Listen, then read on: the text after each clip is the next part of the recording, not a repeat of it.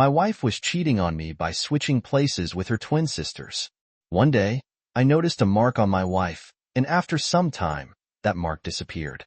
From that point forward, I started to watch closely, looking for more of those strange occurrences. I couldn't quite shake the feeling that something was seriously wrong, but I didn't know what it was.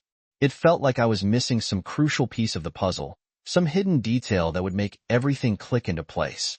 Sarah and her sisters were always close, but their bond seemed even more mysterious than usual. I didn't want to jump to conclusions, but the events around the bandaged fingers didn't sit right with me. How could all three of them have the same injury in the same spot?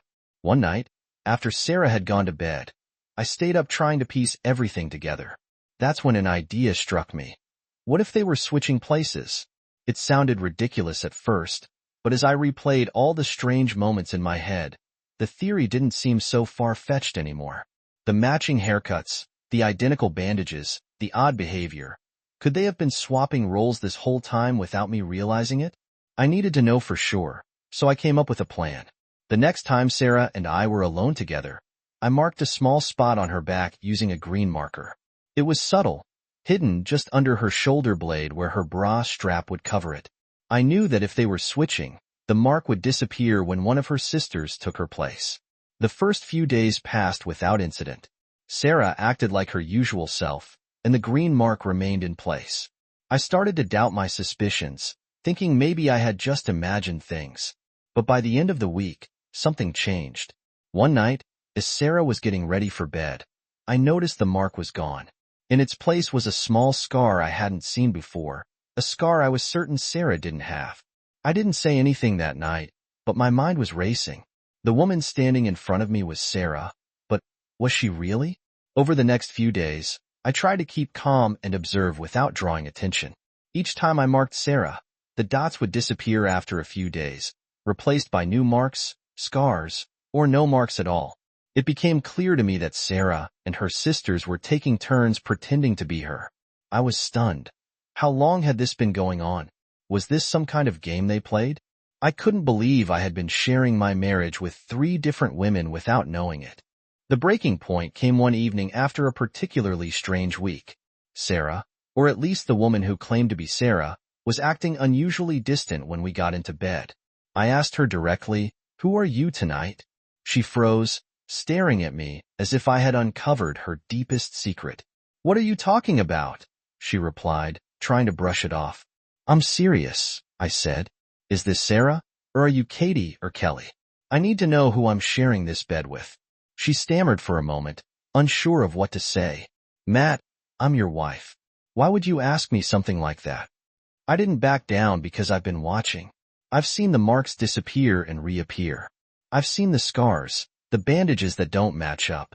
I know you've been switching places with your sisters. Her face went pale, and for the first time, I saw real fear in her eyes. She didn't deny it, which only confirmed my worst fears. I continued, "You think I haven't noticed, but I have the haircuts, the injuries, the behavior. It's all been adding up. So, tell me, who are you?" She hesitated before finally admitting the truth. "It's not what you think, Matt. We never meant to hurt you." "That doesn't answer my question," I said firmly. "Who are you?" "I'm Sarah," she said quietly, but I could hear the uncertainty in her voice. I shook my head. "I don't believe you. How long has this been going on?" She didn't answer right away. Instead, she looked down, clearly struggling to find the words. "A long time," she finally said. "Since before we got married." I felt a wave of anger and disbelief wash over me. "You've been doing this the whole time? How could you?" She reached out to touch my arm, but I pulled away. "It's not like that, Matt. We didn't mean for it to happen this way. We've always done everything together, ever since we were kids. It's just how we are." I stood up from the bed, pacing the room as I tried to wrap my head around what she was saying. "You've been switching places with your sisters, pretending to be each other, and I had no idea. You lied to me, Sarah." "I know," she whispered, her voice barely audible. "And I'm sorry." "Sorry?" I repeated, incredulous. Sorry doesn't even begin to cover it. Do you have any idea what this feels like? To realize I've been married to 3 different women and didn't even know it? She was crying now, but I couldn't bring myself to feel sympathy. Not yet. We love you, Matt, she said through her tears.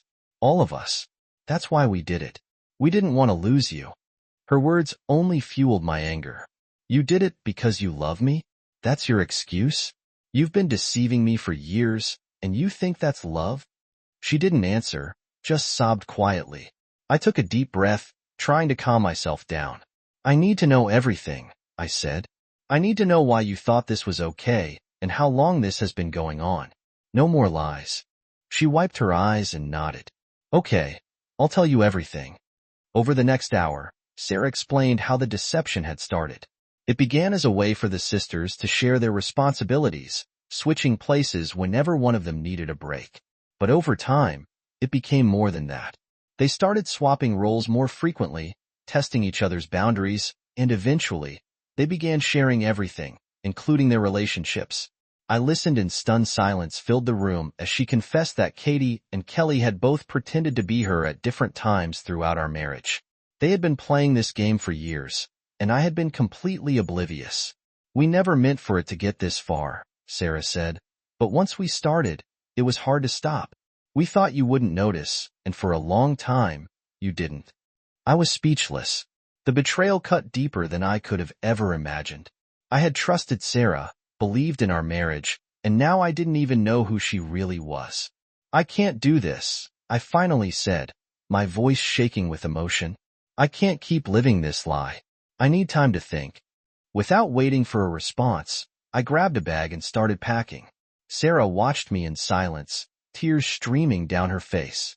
I didn't know where I was going, but I knew I needed to get away to clear my head and figure out what to do next. As I left the house, Sarah called out to me, Matt, please don't go.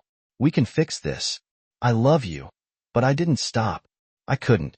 I needed space, time to process everything that had just been revealed. My entire world had been turned upside down, and I wasn't sure if I could ever put it back together. I checked into a motel that night, trying to make sense of the mess my life had become. The woman I thought I loved, the woman I had married, wasn't who I thought she was. Now, I had to decide if I could ever trust her again. The next few days were a blur. I stayed at the motel, avoiding calls from Sarah and her sisters, trying to figure out what my next move should be.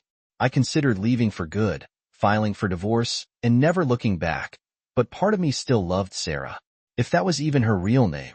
On the third day, I received a call from Brad, Katie's husband. He wanted to talk, so I agreed to meet him at a local bar. When I arrived, Brad looked exhausted, like he had been carrying the weight of the world on his shoulders. I heard about what happened, he said as we sat down. Sarah told me everything. I'm sure she did, I replied, not bothering to hide my bitterness. Brad gave me a side look. I know this is messed up, trust me. I've been dealing with it for years, but you should know that it wasn't always like this. When I married Katie, I didn't know either. They kept it from me too, for a long time. I frowned. You knew about this, yeah? Brad admitted, I found out a few years into our marriage. At first, I was furious, just like you. I didn't understand how they could do something like this, but over time, I realized it's just part of who they are. They've been doing this since they were kids, switching places, sharing everything. It's how they've always lived their lives. That doesn't make it right, I said. No, it doesn't, Brad agreed. But it's not as simple as you think. They love you, Matt. All of them. That's why they did it. I shook my head. I don't know if I can ever trust Sarah again. I get it, Brad said. I felt the same way, but once I understood that it wasn't about deceiving me, that it was about their bond with each other, I realized I could still love Katie. She's the same person I fell in love with. The switching didn't change that. His words made sense, but I wasn't ready to accept them. I don't know if I can live like that, I admitted. Brad looked at me sympathetically. You don't have to decide right now.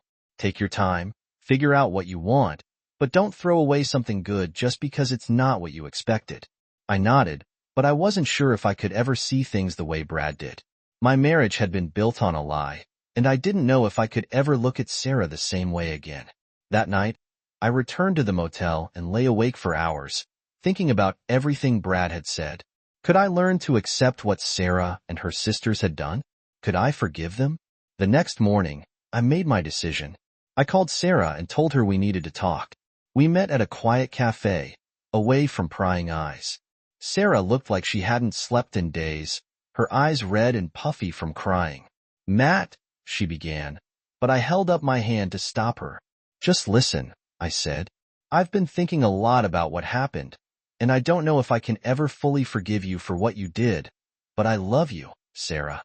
I always have, and I'm willing to try to make this work. But there have to be changes." She nodded, hanging on my every word. "No more lies," I continued. "No more switching places. If we're going to stay together, it has to be just you and me. I need to know that I'm with you and only you." "I promise," Sarah said, her voice trembling. "I'll never lie to you again." It wasn't a perfect solution, and I wasn't sure if our relationship would ever fully recover, but I was willing to give it a chance. After all, love isn't about perfection. It's about choosing to stay even when things get messy. And things had certainly gotten messy. The next few weeks were a delicate balancing act. Sarah and I were trying to rebuild our relationship, but the damage caused by years of deception was not easy to repair. Every time I looked at her, the same question lingered in my mind. Was this really her, or was I still being deceived? True to her word, she kept the promises she made at the cafe. No more switching places with her sisters, no more lies. But even with her efforts to rebuild my trust, I couldn't shake the feeling that things would never be the same. How could they be?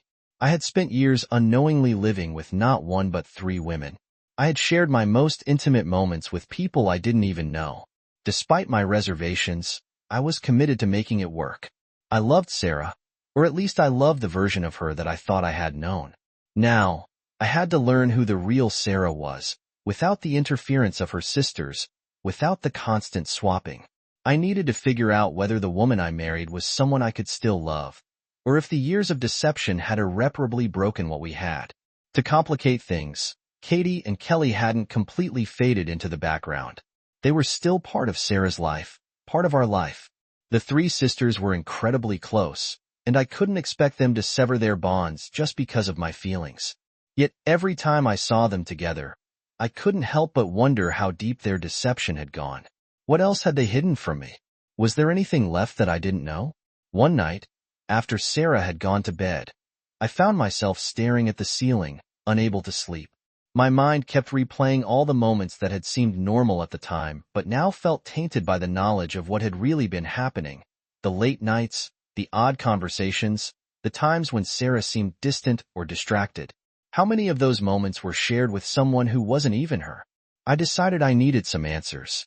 I couldn't move forward with my life until I knew the full truth, no matter how painful it might be. So the next day, I sat Sarah down and told her we needed to talk. Really talk.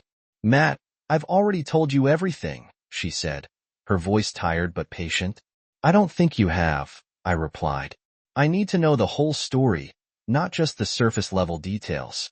I want to know why you did it, how long it's been going on, and why you thought it was okay to keep this from me for so long." She sighed and ran her fingers through her hair, clearly reluctant to revisit the past, but she knew I wasn't going to let it go. After a long pause, she nodded. "Okay, I'll tell you everything." We sat down at the kitchen table, and Sarah began to recount the history of her and her sisters. It went back further than I had realized, much further. The 3 of them had been swapping places since they were children. At first, it had been innocent, switching for fun to confuse their teachers, playing pranks on their friends.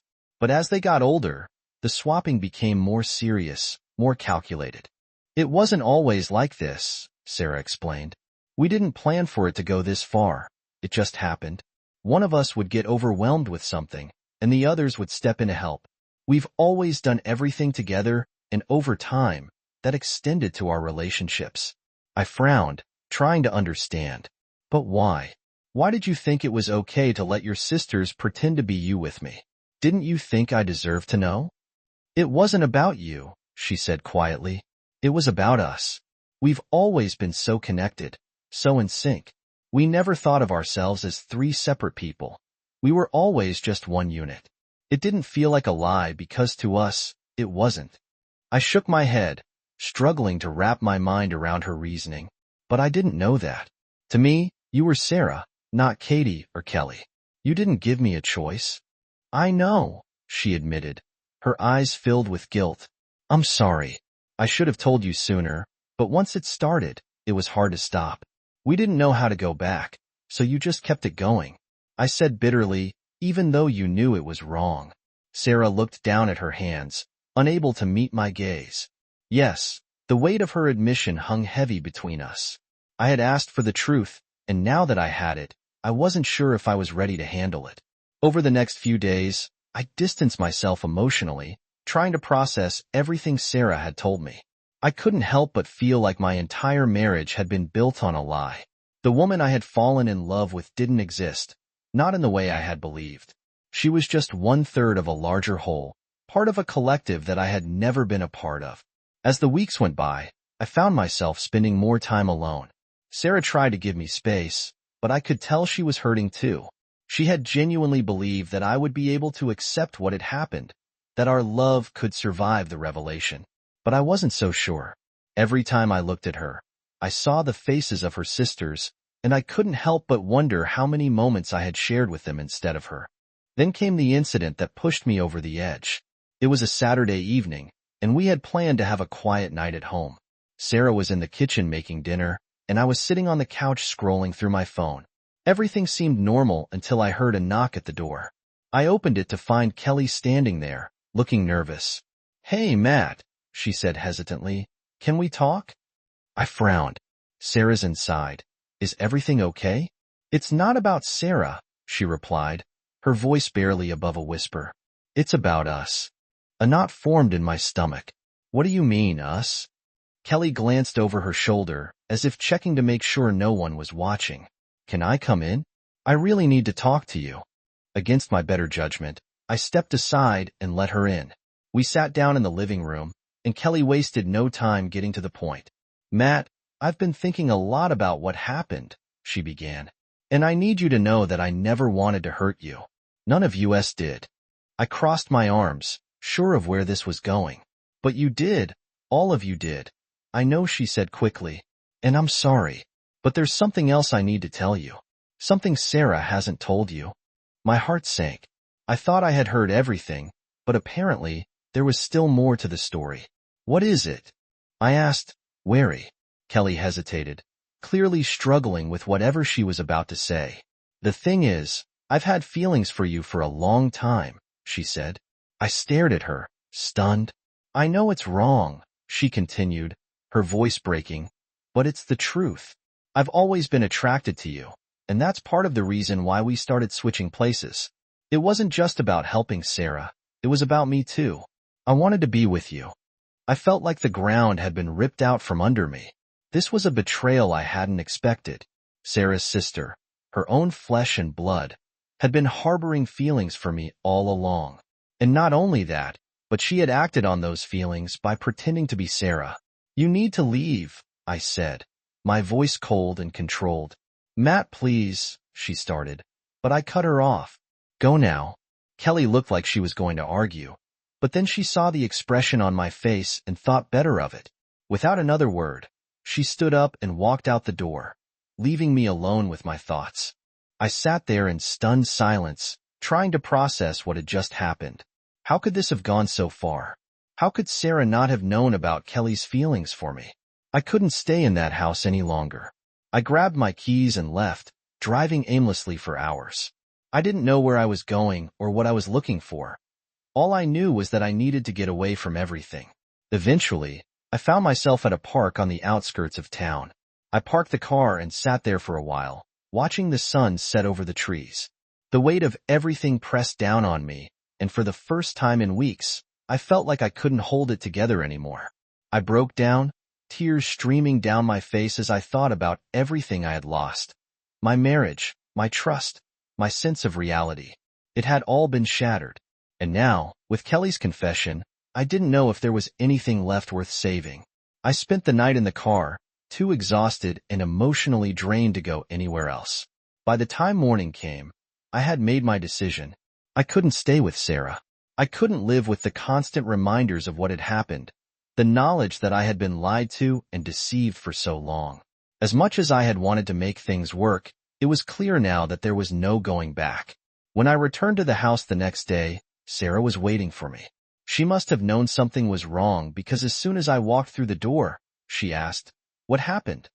I didn't have the energy to dance around the issue. "I talked to Kelly," I said. Her face, what did she say? "She told me everything," I replied, "about her feelings for me, about why you three started switching in the first place." Sarah looked like she had been slapped. "Matt, I didn't know. I swear, I didn't." I believed her, but that didn't change anything. "It doesn't matter anymore, Sarah. This isn't working. I can't do this." Tears welled up in her eyes. "Please don't say that," she said. "I'm sorry," I said softly but firmly. "I've tried, but I can't. It's too much." She broke down then, sobbing uncontrollably, as I stood there unable to comfort her. I wanted to hold her, to tell her everything would be okay, but I couldn't because it wouldn't be. "I'm leaving," I said quietly. "I'll stay at a friend's place until I figure out what to do next." She didn't try to stop me. She just stood there, tears streaming down her face, as I packed a bag and walked out the door. I didn't know what the future held for me, but I knew one thing for certain. The life I had built with Sarah was over. There was no salvaging it. The trust had been broken beyond repair, and there was no way to piece it back together. For the first time in years, I was alone.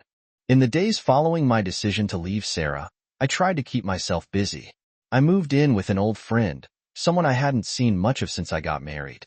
He didn't ask too many questions, which I appreciated. The fewer people who knew the details of my marriage's collapse, the better. I wasn't ready to explain it to anyone. How could I even begin to describe what had happened? The story was too bizarre, too unbelievable. The only thing I could do was keep my head down and try to figure out my next steps. For the first time in years, I was living alone. Well, mostly. My friend John was there when he wasn't working, but we kept our interactions light. He gave me the space I needed, and I spent most of my time in my temporary room, going over everything that had happened. It was like a fog had descended over my life. I felt disconnected from everything around me, unsure of how to move forward. The separation from Sarah had hit me harder than I expected. It wasn't just the loss of our relationship. It was the loss of the future I thought we'd build together. We had plans, dreams, a life that we had mapped out in our heads, and now all of it was gone. In its place was uncertainty, confusion, and a sense of betrayal that I couldn't shake. Sarah called me a few times during that first week, but I didn't answer. I couldn't talk to her, not yet. I needed to clear my head, to figure out what I wanted before I could have any kind of conversation with her. I wasn't ready to confront everything that had happened. I wasn't sure I ever would be. One evening, John suggested that I get out of the house for a bit, go grab a drink or something. He said, "You've been cooped up in here for days. It'll do you good to get some fresh air." He was right. I had been isolating myself, hiding away from the world like it could somehow shield me from the pain I was feeling, but I couldn't hide forever. So I took his advice and went to a nearby bar, hoping to clear my mind. The bar was quiet when I arrived. It was the middle of the week, so there weren't many people around. I found a seat at the counter and ordered a drink, trying to blend into the background. I didn't want to be noticed. I just wanted to disappear for a while, to lose myself in the noise of other people's conversations and forget about my own problems. But fate had other plans. I had been sitting there for about an hour when someone slid onto the stool next to me. I didn't look up at first, too absorbed in my own thoughts to care who it was. But then I heard a familiar voice. "Matt?" I turned and there she was, Melissa. Of all the people I could have run into, it had to be her.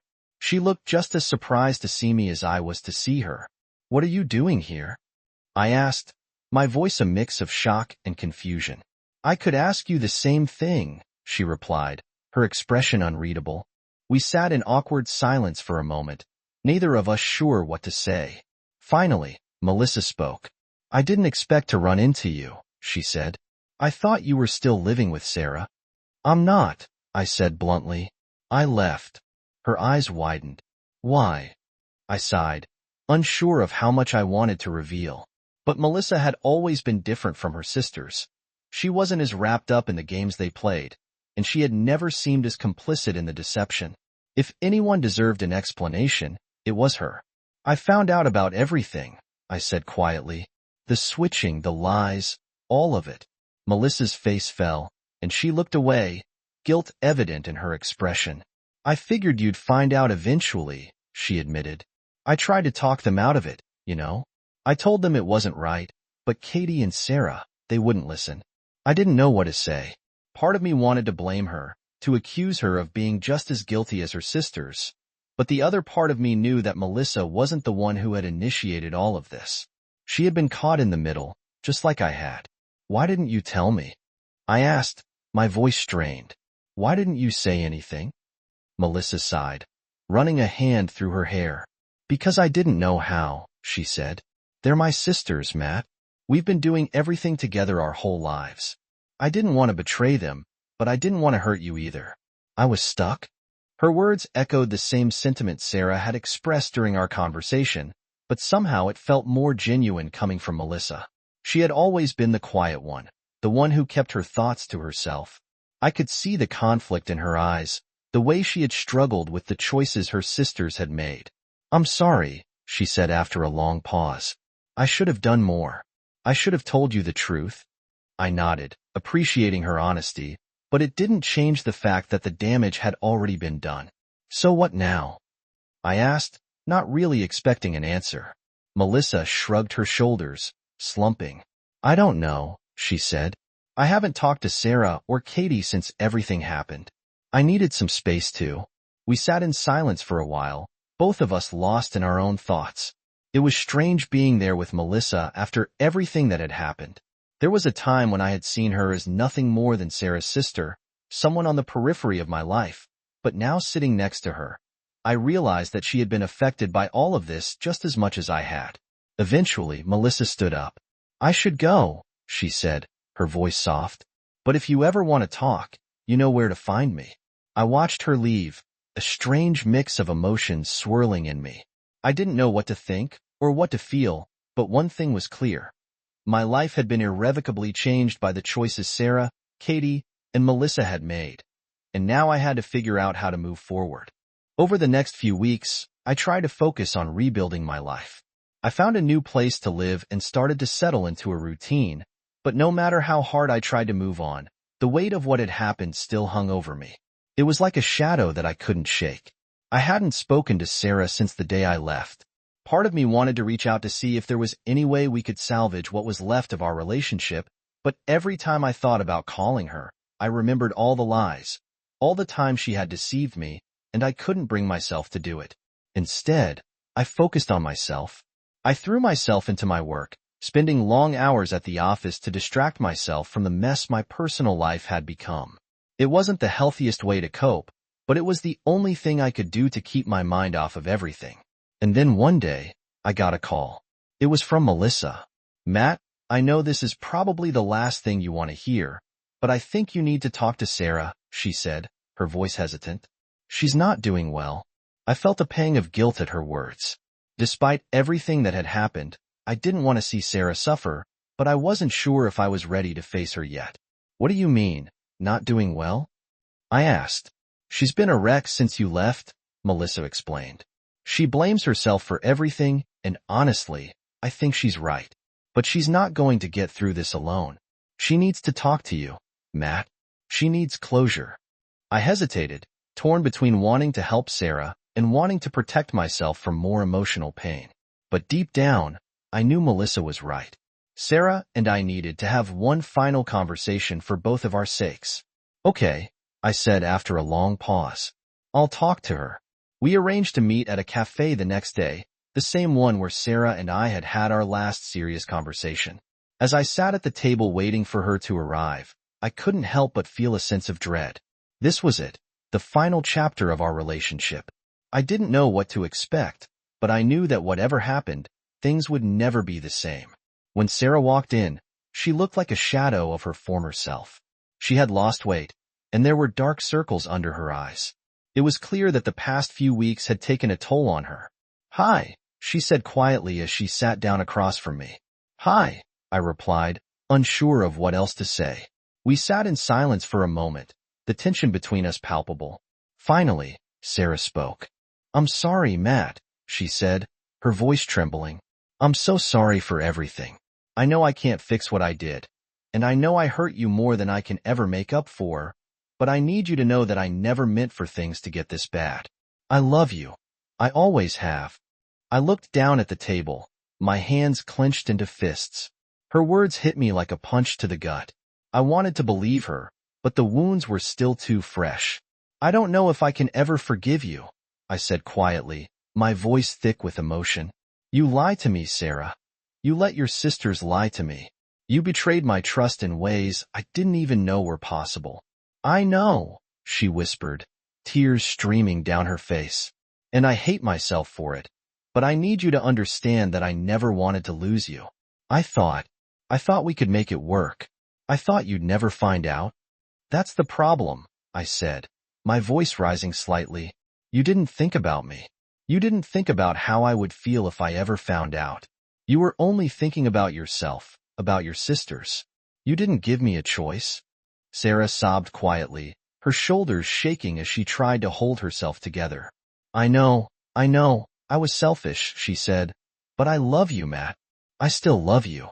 I felt my heart break all over again, despite everything. A part of me still loved her too, but love wasn't enough to fix what had been broken. I can't do this, I said softly, my voice barely above a whisper. I can't go back to the way things were. Too much has happened. Too much has changed. Sarah wiped her eyes, nodding as if she had expected this. I understand, she said, her voice shaky. But can we at least try to be friends? I don't want to lose you completely.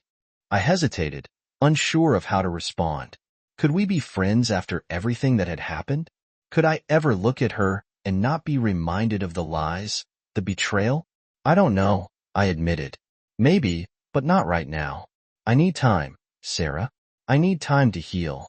She nodded, though I could see the pain in her eyes. I'll wait, she said quietly. As long as it takes, I'll wait. We parted ways that day with no clear resolution. The future was uncertain, and I didn't know if we would ever truly be able to move past what had happened. But for the first time since I had left, I felt a sense of closure. I had said what I needed to say, and now it was time to start rebuilding my life. The months that followed were difficult. I focused on myself, on healing the emotional wounds that had been left behind. I didn't reach out to Sarah, and she respected my need for space. Slowly, I began to find my footing again.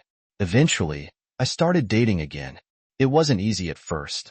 I was still carrying the scars of my past relationship, and trust didn't come as easily as it once had. But over time, I learned to open up again, to let people in. And then one day, I met someone new. Her name was Emily. She was kind, thoughtful, and completely different from Sarah in every way. We took things slow, building a relationship based on honesty and trust. It was a refreshing change from the deception and lies that had defined my previous relationship. And for the first time in a long time, I felt like I could breathe again. Sarah and I never rekindled our friendship. She moved on with her life, and I moved on with mine. We stayed in touch sporadically, exchanging the occasional text or email, but the closeness we once shared was gone, and that was okay. Some things aren't meant to be fixed. As I stood at the altar on my wedding day, looking into Emily's eyes, I realized how far I had come. The pain of my past had shaped me, but it hadn't defined me. I had learned from it, grown from it, and now I was ready to start a new chapter. This time, there were no secrets, no lies, just love, and that was enough. Life after my wedding to Emily felt like the beginning of a new era. For the first time in what felt like forever, I was in a relationship where trust wasn't an issue. Emily was different from anyone I had ever met before, calm, supportive, and honest in ways I hadn't known were possible. We built our lives together on a foundation of mutual respect and love, without the shadows of secrets lurking in the background. But no matter how much happiness I found in my new life, the memories of my past still had a way of creeping up on me. I had learned a great deal from my previous relationship, lessons that both strengthened and scarred me. Sarah and her sisters had left an indelible mark on me, a constant reminder of how easily trust could be broken, even by the people closest to you. Despite everything, I never truly hated Sarah. How could I? At one point, I had loved her deeply, and I had built my life around the idea that she would be my partner forever. But the hurt she caused wasn't something that could be easily erased, even with time. Every so often, I would find myself thinking about her, wondering how she was doing, if she had managed to move on as I had. I hadn't heard from Sarah since that day at the cafe when we said our goodbyes, and I preferred it that way. It wasn't that I wished her ill, but I knew that revisiting those old wounds would only bring pain. I had a new life now, and that life was with Emily. Still, there were moments when my mind would drift back to the past, back to the complicated, tangled web of emotions that Sarah, Katie, and Melissa had left me in. I had spent years unknowingly caught in their game of deception, and it was only when I walked away that I could truly see how deeply it had affected me. Now, I was determined to move forward, to build something real with Emily that wasn't tainted by lies or half-truths. Emily had heard bits and pieces about my past relationship, but I never felt the need to delve into the full story. She knew that I had been hurt, that I had gone through something difficult, but I didn't want my past to define our future. Emily never pressed me for details, respecting my need to keep certain things private, and for that, I was grateful. As time went on, our lives settled into a comfortable rhythm. We moved into a new house, started talking about building a family, and shared everything with each other. Emily had a way of making even the most mundane moments feel special, whether it was a quiet Sunday morning spent sipping coffee on the porch or an evening walk through our neighborhood. For the first time in a long time, I felt at peace. But peace doesn't mean that the past simply disappears. About a year after our wedding, I received a message that shook me in a way I wasn't prepared for. It was from Melissa. "Hi Matt, I hope you're doing well. I know it's been a long time, but I've been thinking about you. I heard through mutual friends that you got married, and I'm really happy for you. I'm not sure if you'll want to hear from me, but I wanted to reach out. There's something I think you should know. If you're open to it, I'd love to meet and talk." Seeing her name on my phone screen sent a jolt through me. It had been so long since I'd heard anything from Melissa, and I wasn't sure how to feel about it. Part of me wanted to delete the message and continue with my life without looking back, but another part of me, a part that I thought I had buried, was curious. What could Melissa possibly want to tell me after all this time? I sat with the message for a few days, debating whether or not to respond. I hadn't spoken to any of the sisters since I left Sarah, and I wasn't sure if I was ready to open that door again. But something about Melissa's message felt different. There was a sincerity in her words, and I couldn't shake the feeling that whatever she wanted to tell me was important. Eventually, I decided to reply, "Hi Melissa, it's been a long time. I'm not sure what there is to talk about, but I'm willing to meet. Let's set up a time." We arranged to meet at a cafe a few towns over far enough that it wouldn't feel like I was stepping back into my old life. On the day of our meeting, I felt a sense of apprehension building in my chest. I hadn't seen Melissa in years, and I wasn't sure what to expect. Had she changed? Had I? Would this conversation bring closure, or would it only stir up old feelings that I had worked so hard to bury? When I arrived at the cafe, I spotted Melissa sitting at a table near the back, her hands wrapped around a coffee cup. She looked much the same as she had the last time I saw her, her hair a little longer, a few lines on her face that hadn't been there before, but still unmistakably Melissa. She smiled when she saw me, though there was a trace of nervousness in her expression. "Matt," she said softly as I approached. "It's good to see you." "Yeah," I replied, taking a seat across from her. "It's been a while." We sat in awkward silence for a moment, both of us unsure of how to start. Finally, Melissa spoke. "I wasn't sure if you'd agree to meet," she admitted. "I know things didn't exactly end well between us." "That's an understatement," I said with a wry smile, though there was no real malice in my voice. I wasn't angry with Melissa anymore. Time had softened the edges of my hurt, and I could look at her now without feeling the same sense of betrayal that I once had. Melissa nodded, her expression serious. "You're right. I know you probably don't want to talk about the past, but there's something I need to tell you, something I've been carrying with me for a long time." I leaned forward slightly, curious despite myself. "What is it?" She took a deep breath, as if steeling herself for what she was about to say. "I know I should have told you this years ago, but I wasn't brave enough. I didn't want to hurt you more than I already had, but you deserve to know the truth. I felt a knot form in my stomach. Melissa, what are you talking about?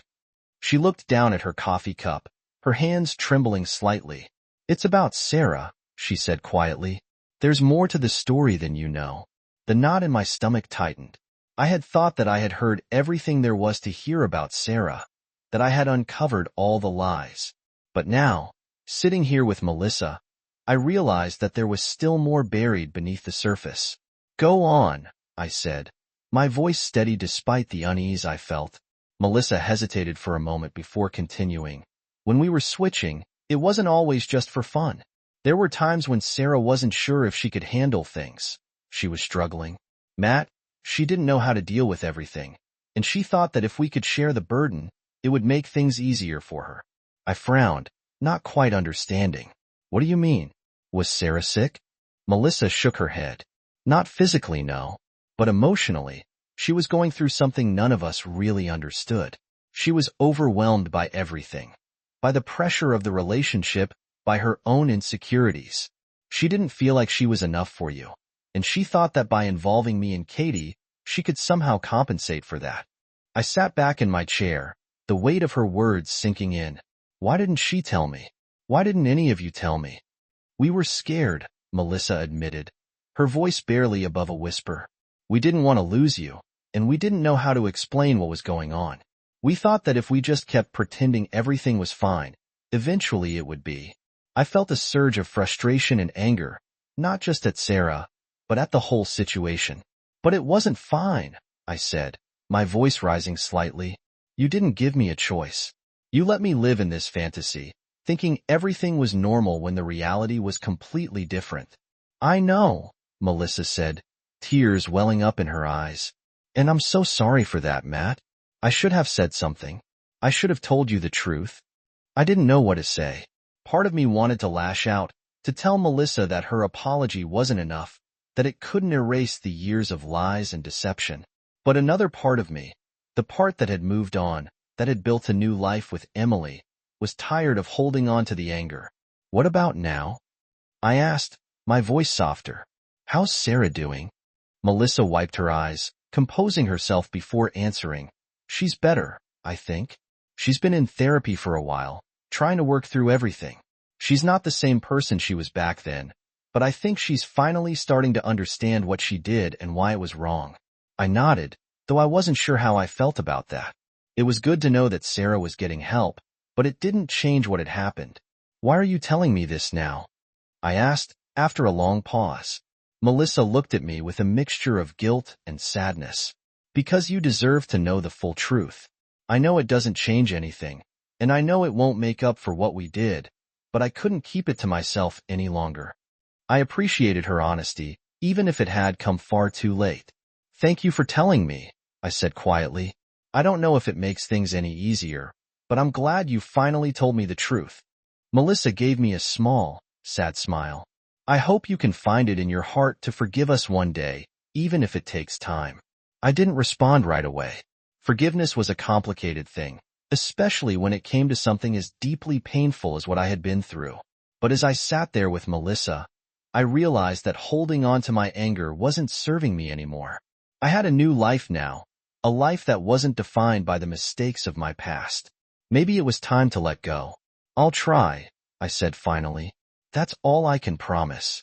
We parted ways on that note, and as I walked back to my car, I felt a strange sense of closure settle over me. The conversation with Melissa hadn't been easy, but it had given me something I hadn't realized I needed, a sense of finality. I knew now that there was nothing left unsaid between us, and that gave me a kind of peace I hadn't expected. When I got home that evening, Emily was waiting for me in the kitchen. Her face lit up as I walked through the door. Hey, she said, wrapping her arms around me. How did it go?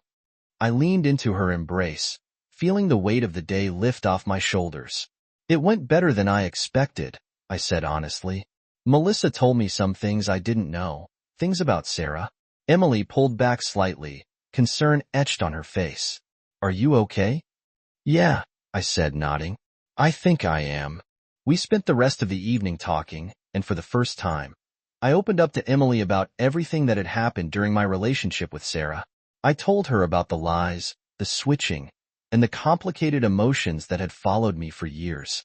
Emily listened without judgment, holding my hand as I worked through the memories. By the time I had finished, I felt lighter, as if a burden I had been carrying for far too long had finally been lifted. "I'm so glad you told me," Emily said softly, squeezing my hand. "I know that couldn't have been easy." "It wasn't," I admitted, "but I think I needed to say it out loud to let it go." And I had. For the first time in years, I felt like I had truly let go of the past. Sarah and her sisters were a part of my story, but they didn't define me anymore. I had built a new life with Emily, and that was all that mattered now. In the weeks that followed, I continued to move forward, focusing on the life I had built with Emily and the future we were creating together. Every once in a while, memories of my past would surface, but they no longer held the same power over me. They were just that, memories. And while they had shaped me in many ways, they no longer controlled me. One day, as Emily and I sat on our porch watching the sun set over the horizon, I realized something. I was happy, truly, deeply happy. I had found peace in a way I never thought possible, and for the first time in a long time, I felt whole. The past was behind me, and the future stretched out before me, full of possibility. I was ready to embrace it. Years passed, and my life with Emily continued to flourish. We had built a strong, loving foundation, free from the complications that had plagued my past. Every day, I was reminded of how different things were now. The trust, the openness, and the honesty we shared were things I never took for granted. I had learned from my mistakes and the betrayals I had endured. This time, I was determined to do everything right, and Emily's love made it easy to believe that we could. We eventually started a family. Our daughter, Olivia, was born 2 years after we were married. She was the joy of our lives, her laughter filling our home with a warmth I hadn't known was possible. Parenthood changed us both in ways I couldn't have predicted, making us stronger as a couple, more understanding of each other's needs and fears. Every challenge, every sleepless night, every worry about the future only made our bond grow stronger. Emily was an incredible mother, and I marveled at how naturally she took on the role.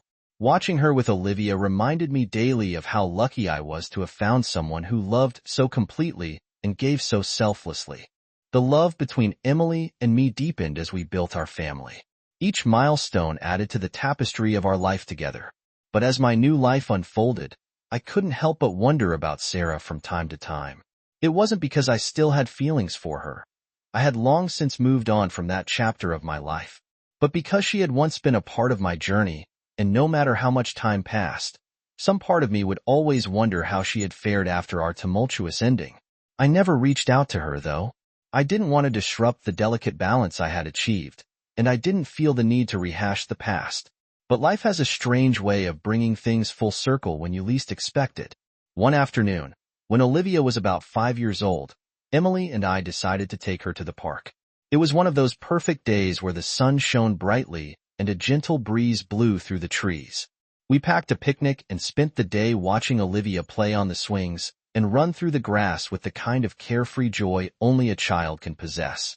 As we sat on a bench enjoying the moment, I noticed a familiar figure walking toward us. My heart skipped a beat when I realized it was Sarah. She looked different, older of course, and more serious than I remembered. But there was no mistaking her. I hadn't seen her in years, not since our last conversation at the cafe, and the sight of her stirred a mix of emotions I wasn't quite prepared for. Emily noticed my sudden change in demeanor and followed my gaze. "Is that her?" she asked softly. "Yeah," I replied, nodding. "That's Sarah." Sarah approached us with a tentative smile, her eyes flickering between me, Emily, and Olivia, who was now running toward the slides. I wasn't sure what to expect, but I knew this moment was inevitable. Our paths were bound to cross again eventually. "Hi, Matt," Sarah said, her voice calm but a little strained. "It's been a long time." "It has," I replied, standing up to greet her. "How are you?" "I'm good," she said, glancing over at Emily with a polite smile. "You must be Emily." Emily stood up and extended her hand. "Yes, I'm Emily. It's nice to meet you." Sarah shook her hand, and for a brief moment, the tension between us felt like it might dissipate. You have a beautiful daughter, Sarah said, nodding toward Olivia. She looks so happy. She is, I said, feeling a pang of pride. She's our everything. There was a pause, and I could tell that Sarah was working up the courage to say something more. I braced myself, unsure of what was coming. I wanted to apologize, Sarah said finally, her voice quiet but steady. For everything.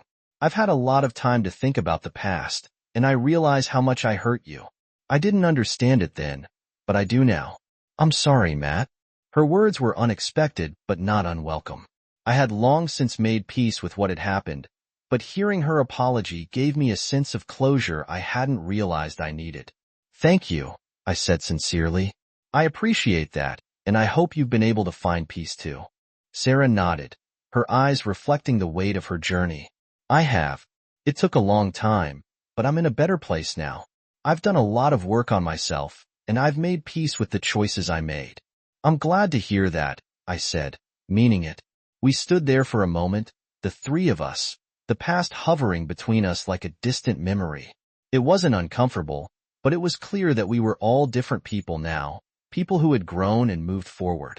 After a few more pleasantries, Sarah said her goodbyes and walked away, leaving me and Emily standing together, watching Olivia play. Are you okay, Emily? She asked, placing a hand on my arm. I nodded, feeling a strange sense of relief wash over me. Yeah, I am. As we sat back down on the bench, I realized that seeing Sarah had been the final piece of the puzzle I needed to close that chapter of my life for good. It was over now. The hurt, the betrayal, the confusion. I had moved on, and so had she. The years continued to pass in my life. With Emily and Olivia, remained the center of my world. We welcomed another child, a son named Lucas, into our family, and the joy he brought us only deepened the love we already shared. Life had its challenges, as all lives do, but through it all, we had each other. As Olivia and Lucas grew, I often found myself reflecting on the lessons I had learned from my past, the most important of which was this. Love, real love, cannot survive without trust. It's a lesson I had learned the hard way, but one that I carried with me every day in my relationship with Emily. She was my rock, my partner in every sense of the word, and the life we had built together was more than I could have ever hoped for. One evening, as we sat together on the porch watching the sunset after the kids had gone to bed, Emily turned to me with a smile. Do you ever think about how far we've come? She asked. All the time, I replied, taking her hand in mine. I can't imagine my life any other way.